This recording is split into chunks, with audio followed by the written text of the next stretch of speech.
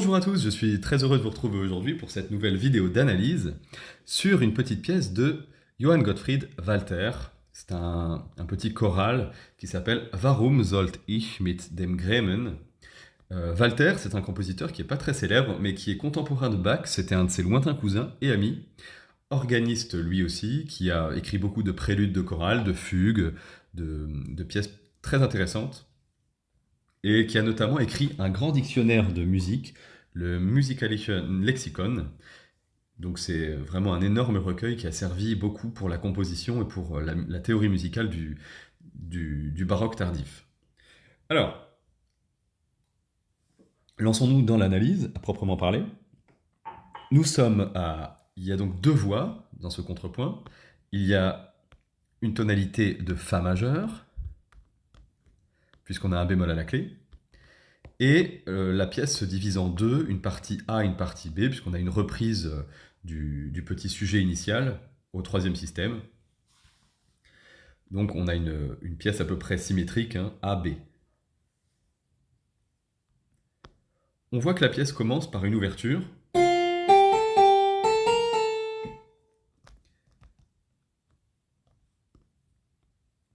Voilà. Qui va être reprise à plusieurs moments, notamment ici, bien sûr, mais aussi ici, à la basse ici, et on le retrouve ici, mais sous une autre forme.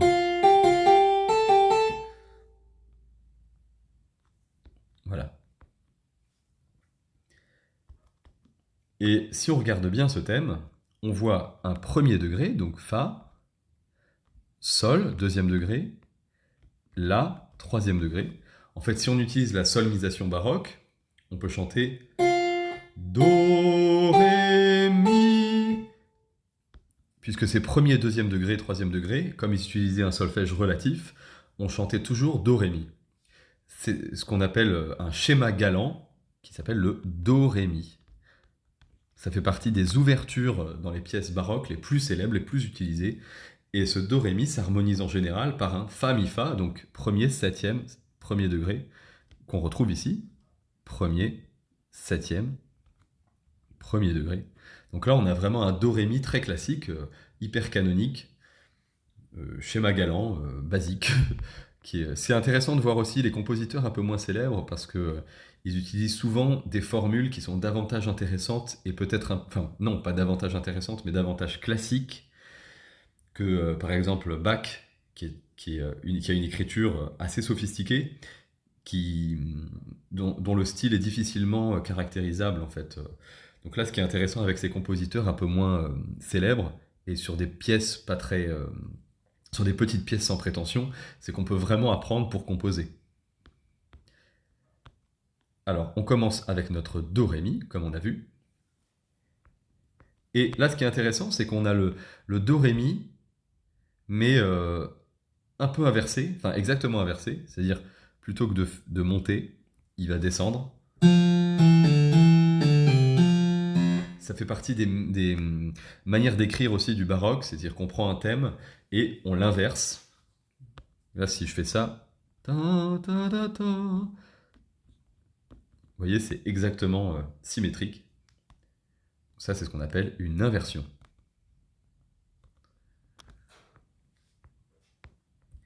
On enchaîne sur la suite. Après notre do ré mi, donc je vous le rejoue quand même.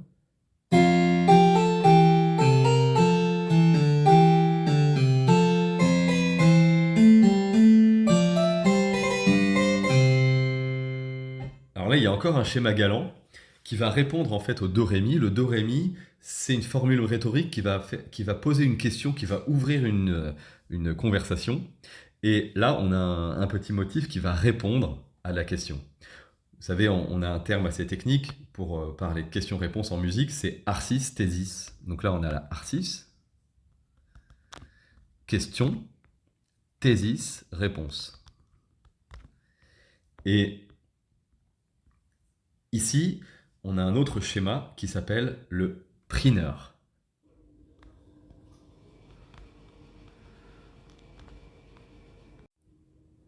Le Priner, en fait, c'est le fait d'avoir une basse qui va partir ici de Fa, Mi. Donc là, on n'a pas le Ré, mais comme il est ici, on l'entend, on le devine, et qui va arriver sur Do. En fait, on a premier degré, 7, 6, 5, et qui est souvent harmonisé avec au soprano, à la tierce. Mais là, c'est pas un prieur simple, c'est un prieur modulant. C'est-à-dire qu'on va un mouvement de Fa à Do, tout en modulant à Do, puisqu'on a une cadence ici sur Do. Avec le si bécard, qui est la sensible de Do. Donc on a un prieur qui module vers Do. Je vous le rejoue.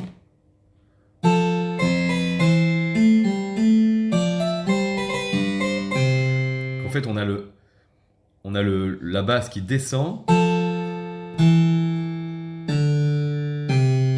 vers Do, alors que le soprane, lui, va installer la sensible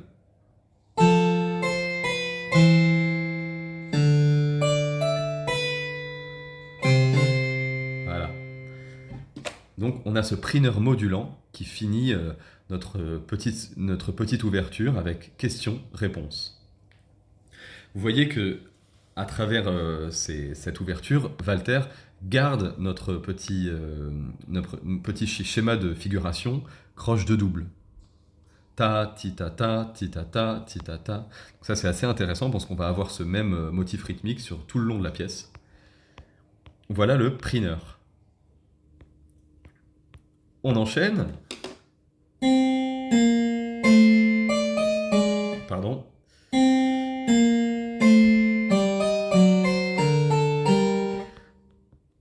Alors là, on a un motif mélodique qui va nous servir de marche. On va le mettre en jaune. Je vais mettre un petit peu plus épais. Hop. Voilà. Qui va être répété ensuite. Voilà.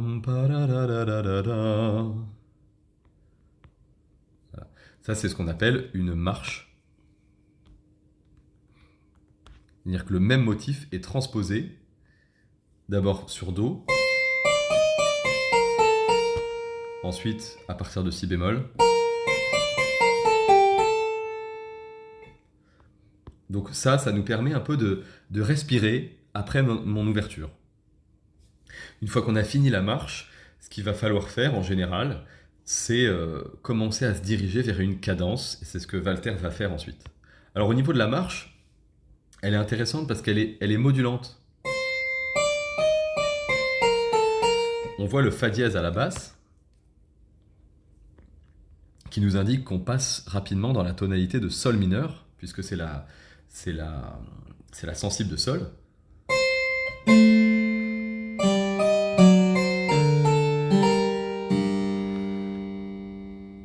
Et la même marche ensuite.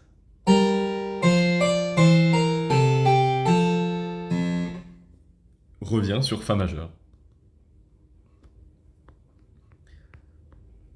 Donc là, on a la marche modulante, qui est la troisième étape de notre pièce. On est revenu en Fa majeur après notre petit tour des tonalités, Do majeur, Sol mineur, Fa majeur. Et on va réintervenir le petit thème, le Do, Ré, Mi. Donc Do, Ré, Mi. Voilà. Do, Ré, Mi. Cette fois-ci, ce Do, Ré, Mi n'est pas harmonisé comme au début avec le Fa, Mi, Fa, puisqu'on a à la basse Ré.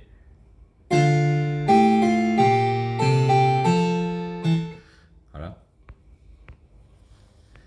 Ici, à la basse, on a un peu quasiment notre Do, Ré, Mi, mais inversé comme tout à l'heure.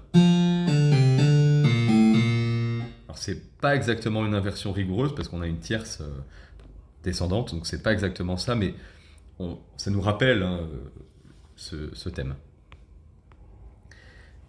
Après notre Do, Ré, Mi,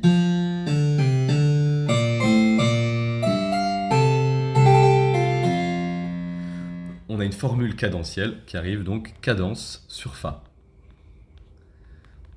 avec la cadence du ténor au soprano et la cadence de la basse. Je vous rappelle que la cadence du ténor c'est Ré, Do, et la cadence de la basse c'est Sol, Do. Donc Sol, Do, Ré, Do. Voilà. C'est deux manières de finir les lignes mélodiques qui se complètent très bien, qui sont beaucoup utilisées dans la période baroque notamment. On voit notre Do, Ré, Mi à nouveau. Do, Ré, Mi à la basse. Et qui est prise avec une ouverture en canon. Là, c'est assez élégant puisqu'il nous réintroduit notre morceau. En fait, là, ce que vous voyez, c'est un procédé d'écriture aussi typique de la musique baroque, c'est-à-dire que plutôt que de faire un arrêt puis une reprise, la cadence enchaîne tout de suite sur autre chose.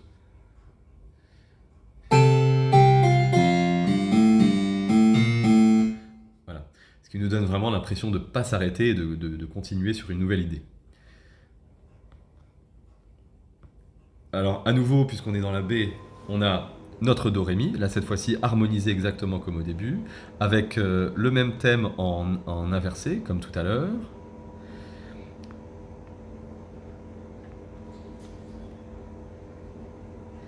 Et puis, alors cette fois-ci, la mesure n'est pas la même, c'est-à-dire que là on commence sur le troisième et quatrième temps, tandis que tout à l'heure on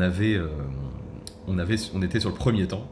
Mais en fait la différence ne va pas être énorme, parce qu'on va retrouver notre prieur, ici, Fa, Mi, Ré, Do, donc Fa, Mi, Ré, Do avec la cadence en Do, donc à nouveau notre prieur modulant de tout à l'heure, que je vous joue.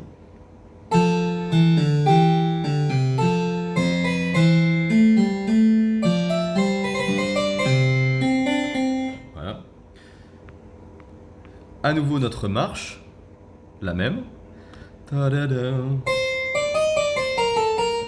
Donc on l'avait mise en jaune. On est en sol mineur. Le thème, enfin la petite marche est reprise ici. Ce qui n'était pas le cas tout à l'heure, si vous remarquez. Puisque tout à l'heure on avait ça. Ici vous voyez.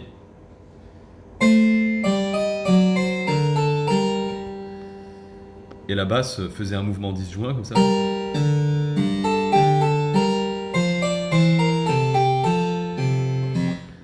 Tandis que là, la basse reprend le thème de la marche.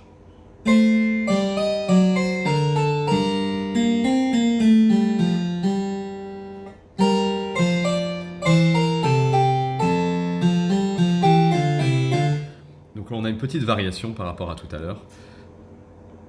Hop. Et hop. Ce qui fait une marche peut-être un petit peu plus complète en imitation. Donc ça, c'est vraiment très élégant ici, je trouve. On enchaîne avec des tierces parallèles qui donnent une sensation d'accélération rythmique.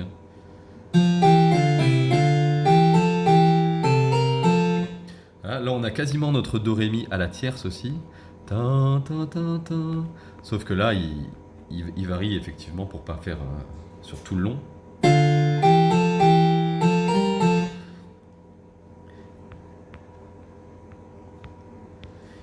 Et on arrive sur la fin.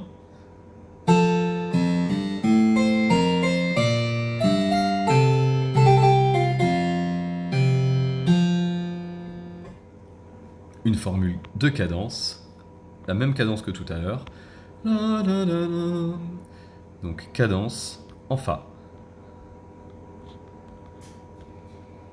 Avec la basse qui fait la cadence de la basse en Fa.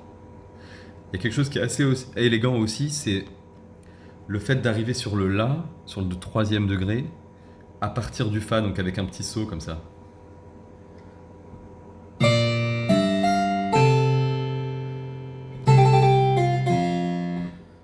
Ça, c'est typique du style un petit peu baroque, galant.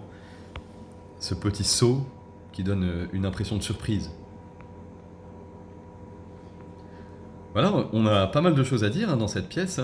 On a donc notre Do-Ré-Mi comme schéma, on a Prineur, une marche modulante, une cadence, et c'est tout, mais c'est déjà très bien, c'est déjà intéressant. Donc je vous rejoue ça avec, en essayant de commenter au fur et à mesure. Donc Do-Ré-Mi,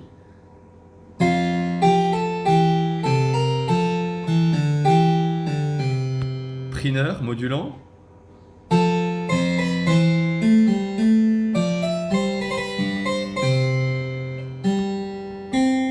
marche, Sol mineur,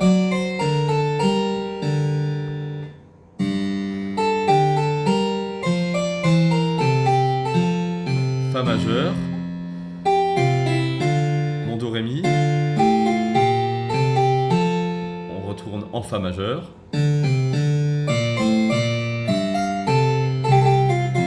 cadence en Fa avec le Do Ré Mi à la basse, reprise du Do Ré Mi du début,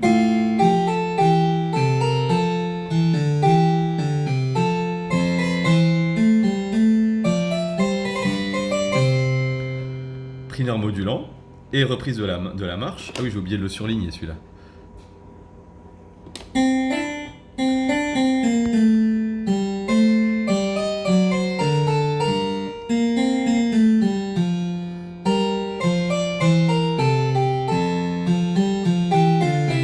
Tierce parallèle, Do Ré Mi,